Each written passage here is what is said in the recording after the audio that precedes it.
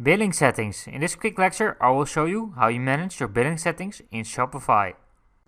Alright, right over here, I'm going to click on settings and I'm going to navigate to billing, right over there. And here you can add your credit card information for all your Shopify bills and payments, so that will be there. And right over here you can see what for kind of subscriptions you got in Shopify. I've got nothing. So, okay, I go back. And right over here, you see your FEAT number. That is your business number, your company number.